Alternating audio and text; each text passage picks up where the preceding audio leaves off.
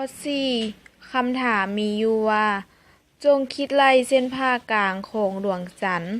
รู้ว่าเฮาเบิ่งมันใต้มุมอัลฟาเท่ากับ 0.50 องศาและระยะห่างระหว่างหน่วยโลกและดวงจันทร์แม่น 38 คูณ 10 กำลัง 4 กิโลเมตร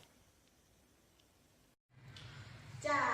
บริเวณที่เพิ่นให้มาเราสามารถแต่งรูปได้ดังนี้นี่แม่นดวงตาของคนเฮาและนี่แม่นดวงจันทร์ตาของคนเฮาแนมเบิ่งดวงจันทร์ประกอบเป็นมุม 0.50 องศาซึ่งนี่เป็นแสงที่เคลื่อนที่จากดวงจันทร์มากระทบใส่ตาของคนเฮาและนี่แม่นสิ่งที่เฮาต้องสอบก็คือเส้นผ่าศูนย์กลางของดวงจันทร์จากรูปและบริเวณที่เพิ่นให้มาเฮารู้อัลฟาของเฮาเท่ากับ 0.50 องศาหรือว่า1/2 องศาเส้นผ่าศูนย์กลางของดวงจันทร์ก็คือ OA เท่ากับ 38 คูณ 10 กำลัง 4 กิโลเมตรส่งหาเส้นผ่าศูนย์กลางของดวงจันทร์ก็คือ D มันนี้อิงตามการบวกพันของรูป3แจตั้งอัลฟาของเราจะเท่ากับซินอัลฟาส่วนกดอัลฟาก็คือซินอัลฟาเท่ากับ AB และกดอัลฟาเท่ากับ AO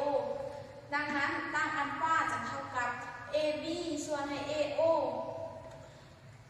แต่สิ่งที่เราจะได้ก็คือเส้นผ่าศูนย์กลางของดวงจันทร์ก็คือ AB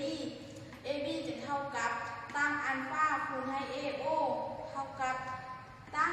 1/2คูณให้38คูณ10กำลัง4แต่ว่าตั้ง1/2นี้เท่ากับ 0.0087 ดังนั้น AB จะเท่ากับ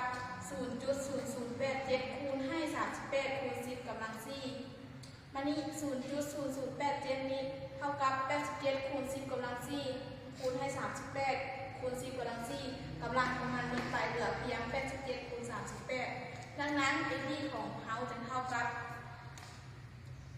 3,306 กิโลเมตรดังนั้นเส้นผ่าศูนย์กลางของดวงจันทร์จึงเท่ากับ